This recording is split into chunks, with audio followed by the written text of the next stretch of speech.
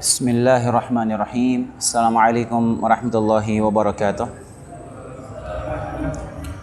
Innal hamdalillah nahmaduhu wa nasta'inuhu wa nastaghfiruh wa na'udzu billahi min shururi anfusina wa sayyiati a'malina. Man yahdihillahu fala mudilla lahu wa man yudlil fala hadiya lahu. Asyhadu an la ilaha illallah wahdahu la syarika lahu wa asyhadu anna Muhammadan 'abduhu wa rasuluh. Sallallahu alaihi wa ala alihi wa sallama tasliman katsira, amma ba'd. Allahumma 'allimna ma yanfa'una wanfa'na bima 'allamtana wa zidna 'ilman wa aslih lana sya'nana kullah wa la takilna ila anfusina tarfata 'ain. Hadirin rahimani wa rahimakumullah. Kita lanjutkan. Ada linggis nggak?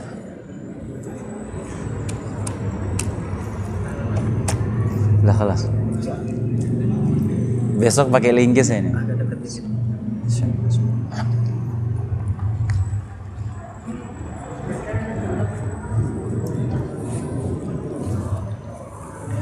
Pada pertemuan sebelumnya kita membahas tentang turunnya Nabi Isa dan tugas-tugas yang akan Nabi Isa alaihissalam jalankan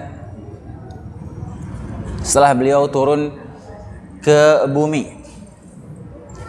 Kemudian di akhir setelah tugas-tugas beliau selesai, tinggal satu yang akan Nabi Isa alaihissalam hadapi, yaitu Ya'juj dan Ma'juj. Dan Ya'juj dan Ma'juj ini keluar pada saat masanya Nabi Isa berada di bumi setelah beliau turun. Dan insya Allah di pertemuan hari ini kita akan membahas secara ringkas terkait tanda-tanda besar kiamat yang berikutnya, yaitu keluarnya Ya'juj dan Ma'juj. Hadirin dan hadirat rahimani wa rahimakumullah. Ya'juj dan Ma'juj ini dia manusia, mereka manusia keturunan Nabi Adam, keturunan Nabi Nuh alaihissalam, dan mereka sudah ada bangsa ini sejak zamannya Zulkarnain, seorang tokoh yang bernama Zulkarnain. Zulkarnain ini pendapat yang paling sahih terkait Zulkarnain. Zulkarnain ini beliau adalah seorang raja yang saleh, dan tidak diketahui dengan pasti Raja Zulkarnain ini dia itu ada di masa siapa. Cuman sebagian ada riwayat, sebagian ulama menyebutkan bahwasanya Zulkarnain ini dia ada pada masanya Nabi Ibrahim alaihissalam. Berarti sudah lama sekali. Nabi Ibrahim itu lama sekali, hadirin. Jauh sebelum Nabi Musa. Ibrahim alaihissalam. Sebagian pendapat ulama menyebutkan bahwasanya Zulkarnain ini dia di fasenya Nabi Ibrahim alaihissalam, dan dia seorang raja yang saleh dan dia berkelana keliling dunia. Dan Allah ceritakan tentang Zulkarnain, bagaimana dikisahkan dalam surat Al-Kahfi, Zulkarnain inilah yang membangun dinding yang menghalangi Ya'juj dan Ma'juj. Sampai sekarang ini itu dindingnya dibangun oleh seorang tokoh yang bernama Zulkarnain. Dia raja yang besar, penguasa yang besar, yang soleh, dia keliling dunia. Sehingga pada di suatu daerah, di suatu hari suatu daerah afwan, minum dulu.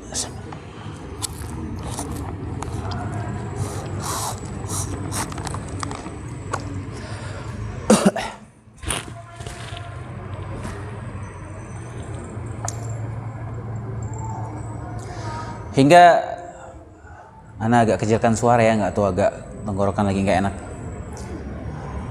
Hingga sampai di suatu tempat, Zulkarnain ini suatu daerah, dia bertemu suatu kaum di situ. Satu kaum ini yang Zulkarnain sendiri nggak terlalu paham bahasanya mereka apa. Entah ini kaum mana, kaum ada di mana, negeri mana. Intinya kepada saat Zulkarnain ini seorang raja, dia berkeliling dunia hingga sampai dia di suatu daerah, suatu tempat, suatu kaum yang Zulkarnain ini tidak terlalu paham apa yang mereka ucapkan. Allah ceritakan dalam surat Al-Kahfi, mungkin antum sering dengar ayatnya.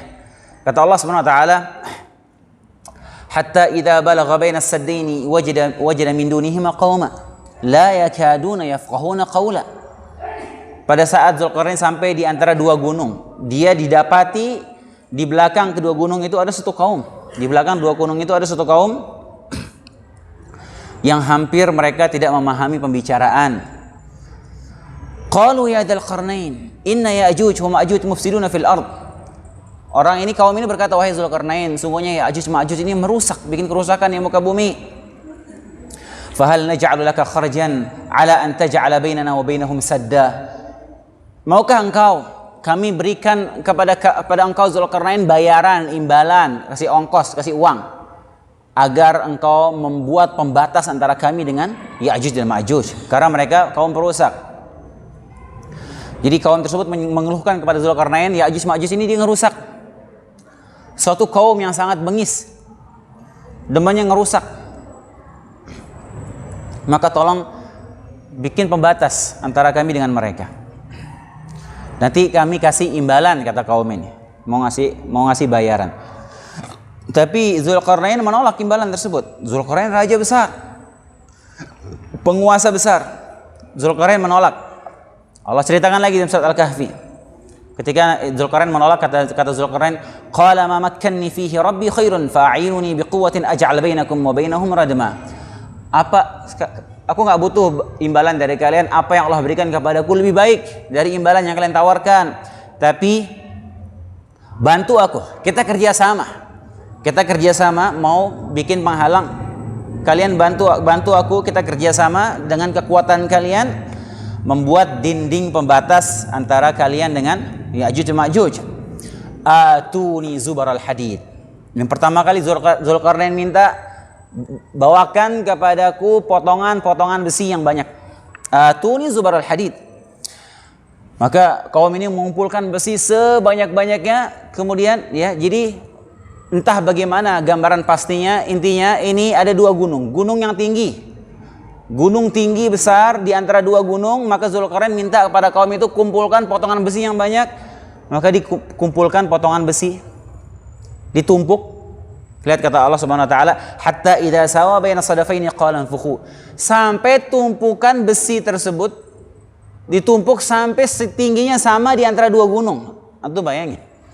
Ini gunung besar. Itu besi, potongan besi ditumpuk sampai setinggi gunung, rata dengan dua gunung itu. Qala anfukhu. Setelah besi ini sampai di antara dua gunung tingginya, maka Zulkarnain memerintahkan untuk ditiupkan api ke besi tersebut. Hatta idza ja'alahu naran. Sampai besi ini yang setinggi gunung itu dipanasin sampai sudah membara, sudah merah ini besi. Ini aja sampai sini aja kita belum bisa nalar bagaimana bisa di zaman itu dia melakukan ini. Besi ditumpuk setinggi gunung terus dia bakar. Bakarnya pakai apa? Seberapa banyak besi itu yang dia kumpulkan? Terus bagaimana cara bakarnya sampai itu besi yang numpuk sampai atas gunung bisa kebakar semua nyala? Belum cukup sampai di situ. Setelah itu nyala, hatta idza ja'alahu nara, sampai besi itu terbakar nyala semua. Qala, Zulkarnain berkata, atuni ufriq alaihi qitra. Datangkan kepadaku tembaga. Berikan kepadaku tembaga yang sudah mendidih.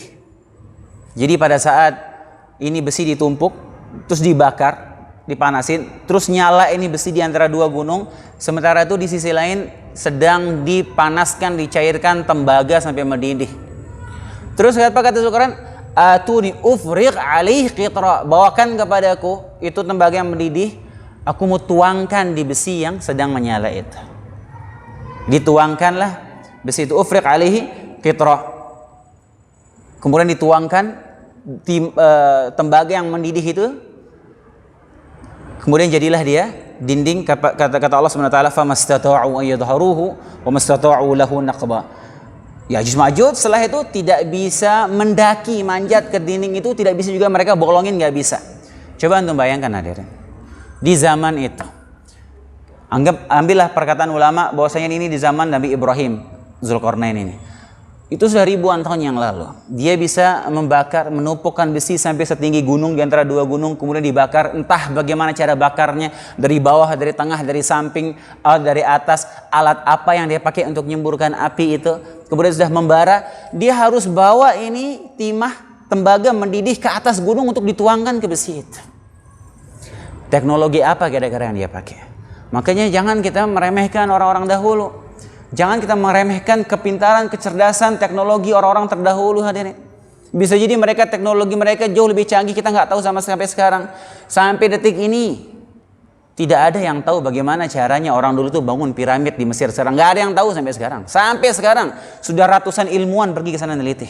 Bagaimana dia bisa bangun piramid seperti itu, batu disusun-susun bisa dengan tingkat keilmuan yang tinggi. Piramid di Mesir. Sampai sekarang orang bingung.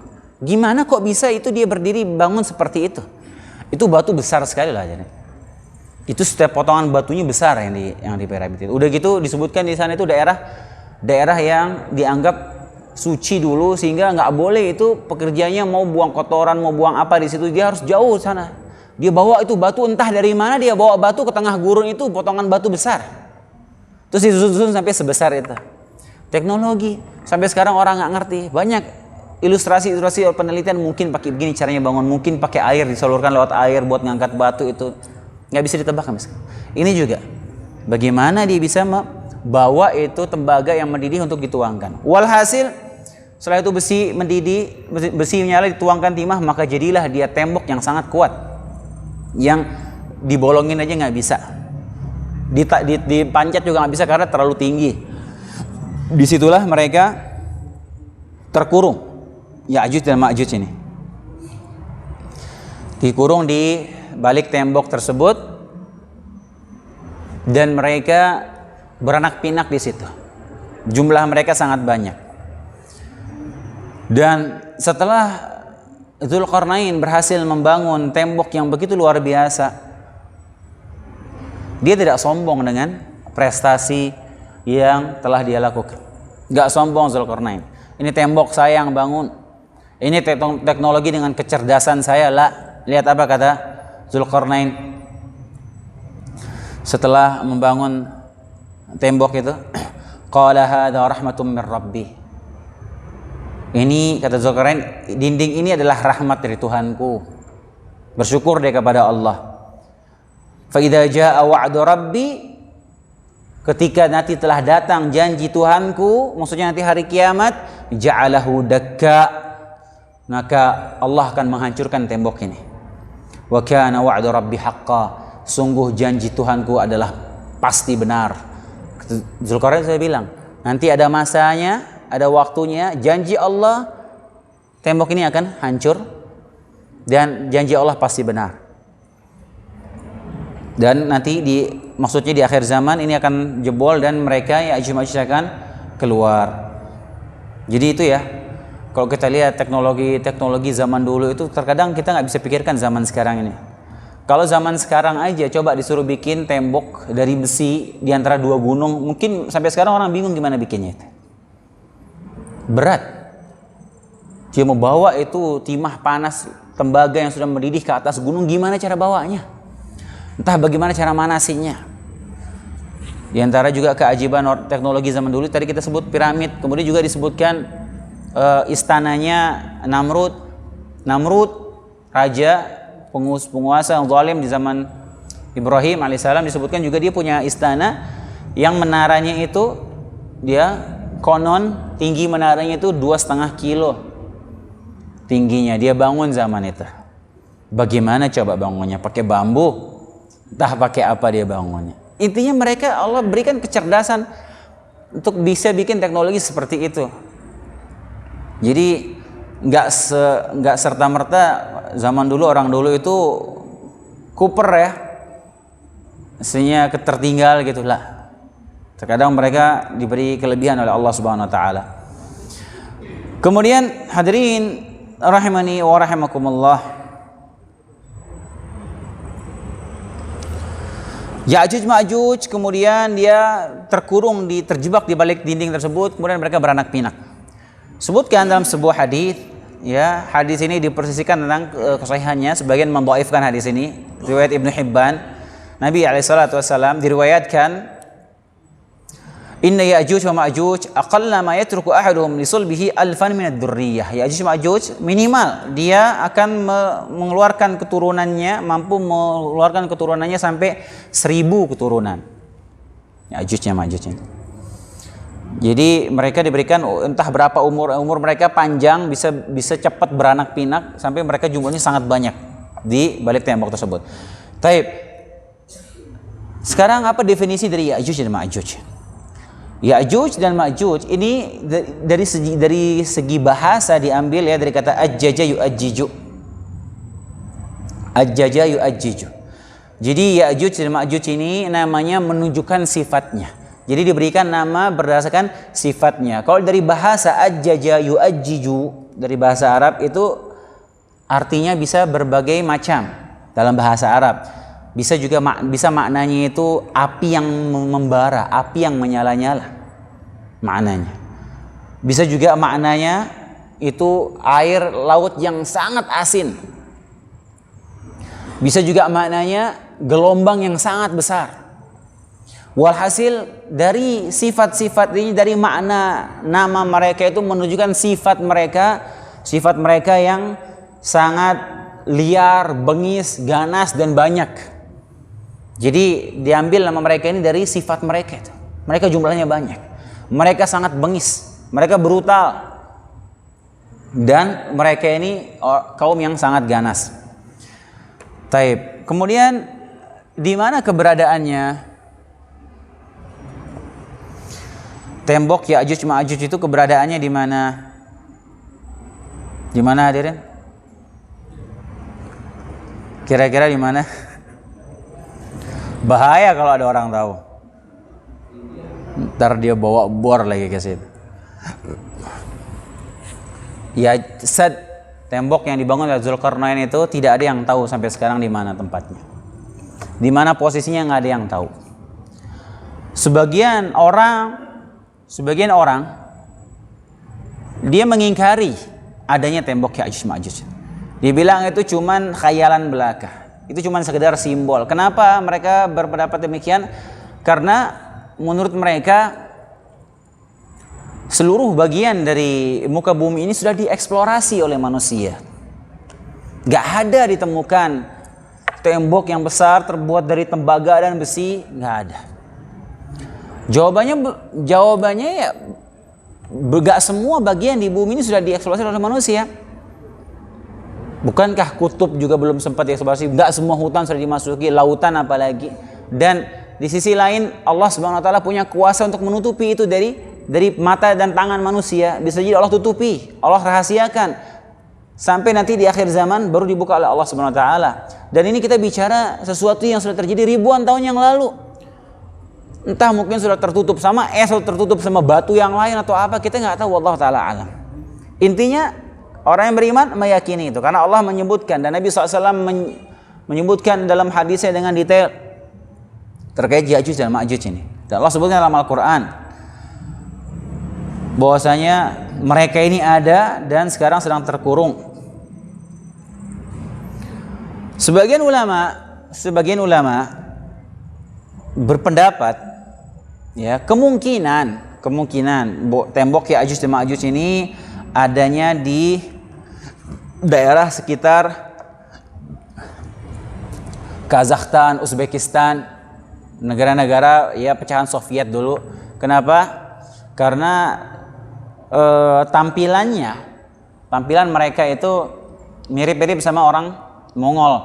Maka kalau kita lihat tampangnya mereka orang-orang yang negara-negara yang pecahan Soviet dulu itu ya, Kazakhstan, Uzbekistan itu. Muka-muka mereka itu campuran antara seperti wajah-wajah orang Chinese sama bule. Jadi campuran kayak Rusia bagian barat itu begitu-gitu tampang wajah mereka. Jadi kayak bule enggak, kayak Cina enggak. Jadi antara itu. Sebagian ulama berpendapat mungkin di sekitar sana kemungkinan. Karena mirip-mirip mukanya seperti orang Mongol. Nah, dan juga di antara fakta yang mendukung pendapat itu, dulu dikisahkan ada suku besar di situ, ya, disebutkan namanya Gog Magog. Gog Magog disebutkan kalau dalam bahasa Inggrisnya. Dan Gog Magog ini sebuah suku yang kalau kita lihat ya di referensinya, ini persis menceritakan tentang Ya'juj Ma'juj ini. Bahkan dalam kitab Kejadian, dalam kitab agama Nasrani disebutkan istilah Gog Magog ini dengan kisah persis seperti dalam literasi Islam. Dan Zulkarnain, kalau dari dalam buku referensi mereka itu tokohnya ini disebut dengan nama Alexander yang agung istilahnya. Mereka dalam literasi mereka seperti itu namanya. Ala kulli hal kisahnya sama. Gog Magog, kalau Islam bilangnya Ya'juj dan Ma'juj. Konon dulu ada suku Gog Magog. Ini kisahnya ma'ruf di sekitar sana. Makanya sebagian ulama berpendapat mungkin itu dia yang dimaksud adanya di sekitar sana. Wallahu ta'ala yang jelas tidak ada yang tahu pasti di mana letaknya. Nggak ada yang tahu. Tidak ada satupun yang tahu. Wallahu ta'ala alam. Bahkan Nabi Muhammad SAW pun tidak dikasih tahu di mana lokasinya. Taib. Kemudian hadirin rahimani rahimakumullah. Bagaimana ciri-ciri fisik mereka Ya'juj Ma'juj ini? Pertama, ciri-ciri fisik mereka yang pertama, Ya'juj Ma'juj ini matanya sipit. Sipit matanya. Sipit. Anda lihat orang sipit sini, Ma'juj lagi. Ya'juj Ma'juj lepas. Jadi matanya sipit. Disebutkan dalam hadis. Kemudian juga i'radul wujuh, dia punya mukanya ini lebar. Jadi mungkin gak seimbang antara mata sama tekstur mukanya. Mukanya mungkin lebar, matanya sipit banget. Gak sesuai, gak seimbang antara mata sama muka. Jadi dia wajahnya agak lebar. Kan wajah orang kan ada beda-beda ya. Ada yang wajahnya lonjong ya, ada yang bulat. Tapi dia mah agak lebar mukanya, wajahnya agak lebar, terus matanya sipit. Kemudian suhubus syu'ur, dia punya rambutnya berdiri. Rambutnya berdiri. Kemudian di antara ciri fisik disebutkan dalam hadis yaitu wajah mereka itu seperti perisai yang berkulit. Artinya apa? Dia punya wajahnya tebal gempal. Wajahnya tebal gempal wajahnya. Tebal. Gempal, lebar, rambutnya berdiri, matanya sipit. Sebutkan juga dalam riwayat lain hidung mereka kecil. Hidung mereka kecil. Kalau kita khayalkan tampang itu berdasarkan hadis-hadis yang ada, ciri-ciri fisik mereka ini mirip sekali seperti orang-orang Mongol. Seperti orang-orang Mongol atau seperti orang-orang Turki yang di daerah-daerah perbatasan sana sekitar Kazakhstan, Uzbekistan, sekitar sana itu dan Turki, wajah mereka mirip-mirip. Orang lihat Uzbekistan, terus Turki bagian-bagian pinggiran sana, Kazakhstan, ya, Turkmenistan yang daerah-daerah bekas pecahan Soviet sana, mukanya mereka mirip-mirip seperti itu, seperti orang-orang Mongol. Sekilas ya, tapi nggak seperti orang Mongol yang asli ya. Itu mirip-mirip seperti itu. Makanya sebagian mengklaim bahwasanya Ya'juj Ma'juj itu memang orang Mongol, tapi kita nggak bisa memastikan demikian. Kita nggak berani berbicara tanpa dalil. Nabi SAW hanya menyebutkan ciri-ciri fisik mereka. Kemudian juga diantaranya yang disebutkan juga dalam riwayat mereka punya rambut pirang. Adapun ciri-ciri fisik mereka yang banyak tersebar di beberapa kitab, sebagian kitab-kitab tafsir disebutkan ciri-ciri fisik mereka itu ya tanpa sanad, tanpa berdasarkan dari dalil yang sahih, hanya nukilan-nukilan saja. Mungkin dari Israiliyat atau yang lainnya tanpa didasari dalil-dalil yang sahih. Dan ini tersebar di banyak buku. Ciri-ciri fisik mereka, ada mereka yang tingginya seperti pohon, tingginya seperti setinggi pohon. Ada yang tinggi yang sebagian lain tinggi mereka cuma sejengkal. Ada yang bilang mereka punya kuping besar, saking besarnya mereka kalau tidur satu kupingnya jadi alas, satu jadi selimut. Tinggi mereka. Dan macam-macam ya. Tapi semua itu tidak berdasarkan dalil. Nggak ada dalil yang sahih menjelaskan ciri-ciri fisik. Cuma nukilan-nukilan di beberapa buku saja. Dan itu tidak benar. Jadi yang benar mereka itu adalah manusia biasa. Mereka manusia. Hanya seperti kita, manusia seperti kita. Hanya saja mereka ciri-ciri fisik tadi, matanya sipit, mukanya agak tebal, mukanya lebar, kayak begitu. Posturnya mungkin posturnya seperti kita, seperti manusia biasa. Bukan yang besar atau kecil lah. Itu nukilan yang tidak berdasarkan dalil yang sahih. Taib.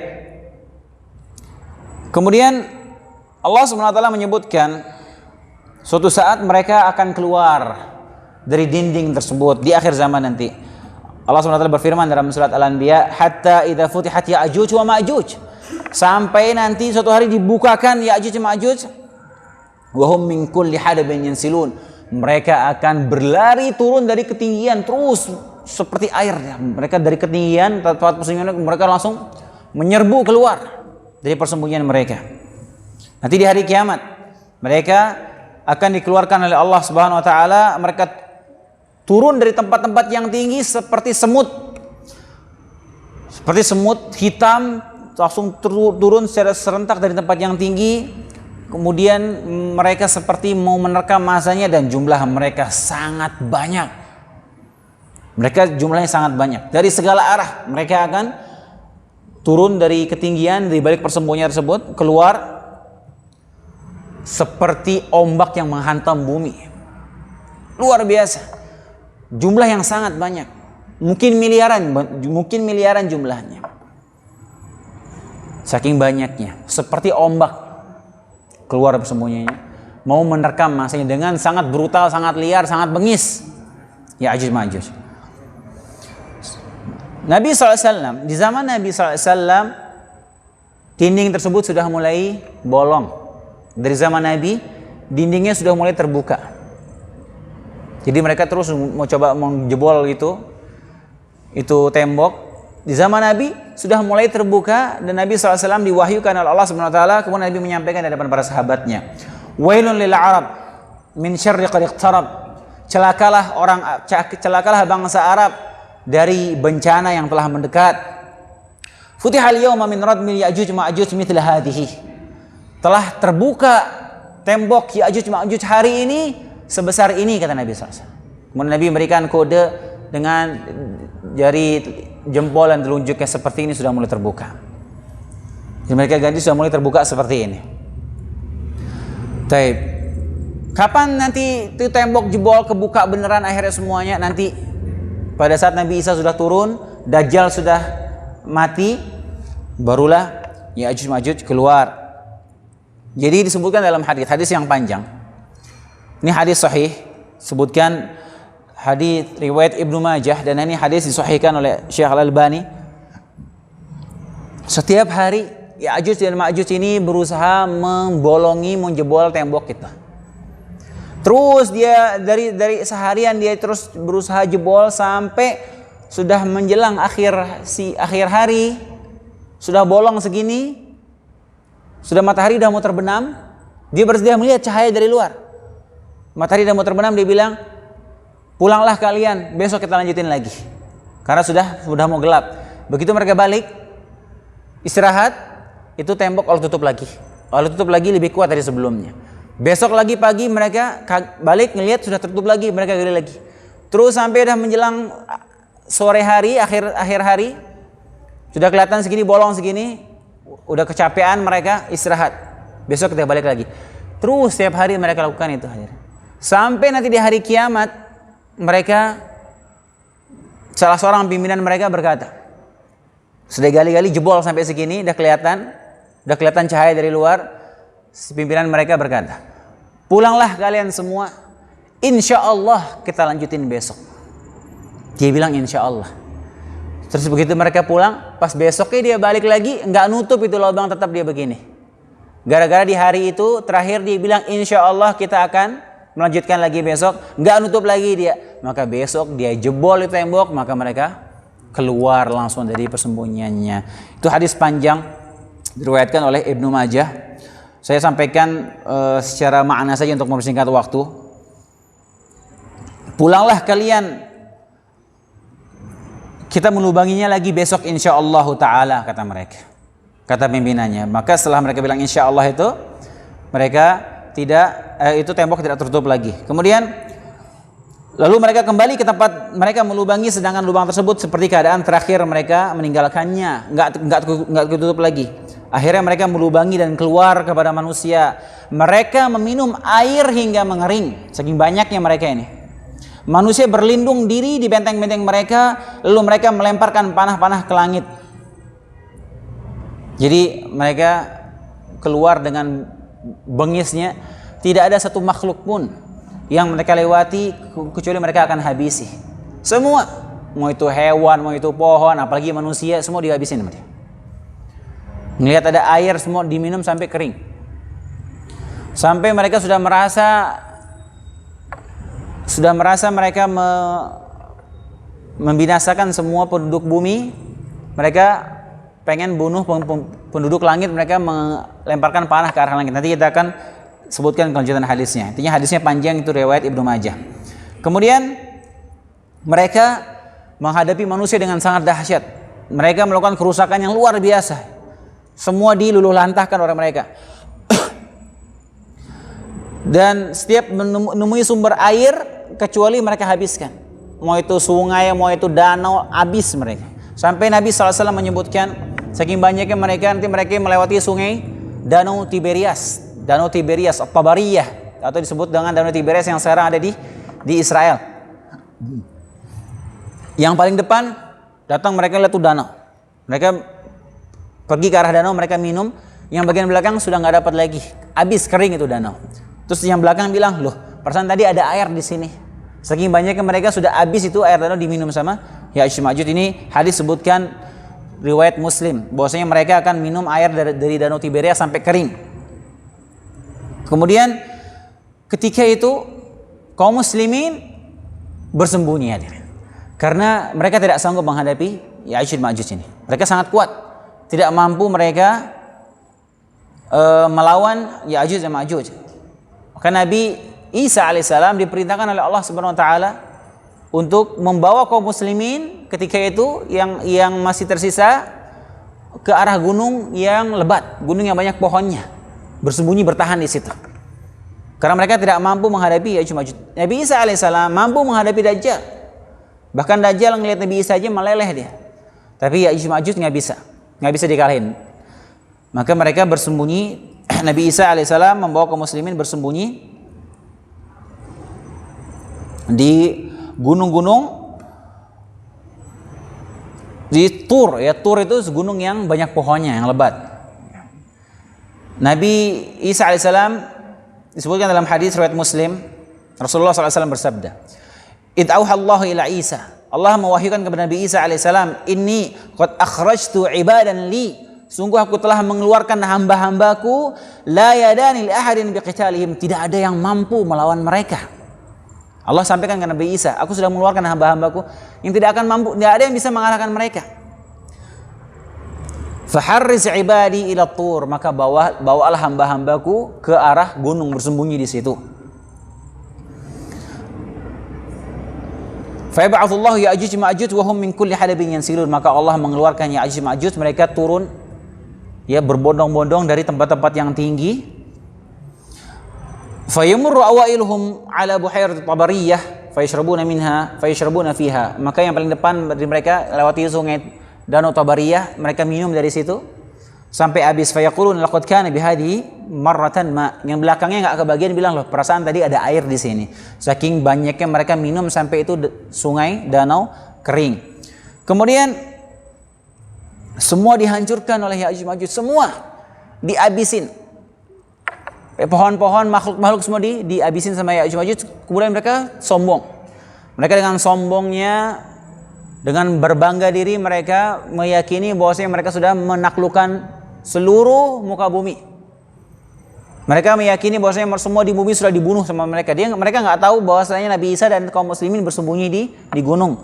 Kemudian saking sombongnya mereka, dengan congkak mereka berkata, kami telah menghabiskan penduduk bumi, dan saatnya kita membunuh penduduk langit. Kemudian mereka mengarahkan panah-panah mereka semua serentak ke arah langit. Mereka memanah ke arah langit. Kemudian dengan hikmah Allah Subhanahu wa taala, Allah turunkan panah-panah mereka itu dengan ujung panah itu berlumuran darah. Dikasih darah oleh Allah Subhanahu wa taala sehingga mereka semakin sombong menyangka bahwasanya mereka benar-benar sudah membunuh penghuni langit. Disebutkan dalam hadis tadi, hadis Ibnu Majah, fayarmuna bisahamihim ilas sama, mereka mengarahkan panah mereka ke arah langit, fayarji'u 'alaiha ad-dam alladhi juffat, fayarji'u 'alaiha ad-dam alladhi fadda, maka Allah kembalikan panah-panah mereka dengan berlumuran darah. Fayaqulun qaharna ahlul ard wa 'alawna ahlus sama, kami telah menguasai penduduk bumi dan kami juga telah menguasai penduduk langit. Nah, pada saat mereka berada di puncak kesombongan mereka itu, di puncak mereka merasa di atas dengan kekuatan, dengan power mereka, maka pada saat itulah Allah binasakan mereka semua. Dan Nabi Isa dan kaum muslimin menunggu di gunung. Maka Allah Subhanahu wa taala, fayab'athullah, kata Nabi SAW, fayab'athullahu naghafan fi a'naqihim fayaqtuluhum biha. Maka Allah Subhanahu wa taala mengirim ulat-ulat cacing yang menempel di leher-leher mereka semuanya, dan mereka mati dengan serentak. Mati gara-gara apa? Gara-gara ada cacing di leher mereka. Allah kirimkan cacing itu bikin mereka mati semua seketika serentak semuanya, Ya'juj Ma'juj yang jumlahnya miliaran, sampai bumi ini isinya bangkai semua, bangkai Ya'juj Ma'juj. Setelah Nabi Isa dan kaum muslimin menyaksikan Ya'juj Ma'juj sudah meninggal, sudah mati semua, bingung dong nih, ini bangkainya dikemanain? banyak sekali.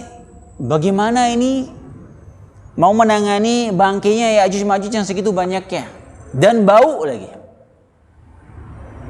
Maka Nabi Isa dan kaum muslimin berdoa kepada Allah Subhanahu wa taala,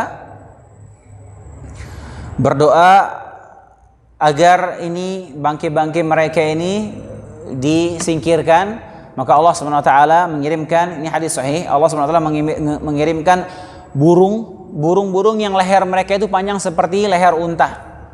Maka burung ini mengangkat bangkai-bangkainya Ya'juj Ma'juj ini, kemudian dibuang ke tempat yang jauh. Enggak cukup sampai di situ.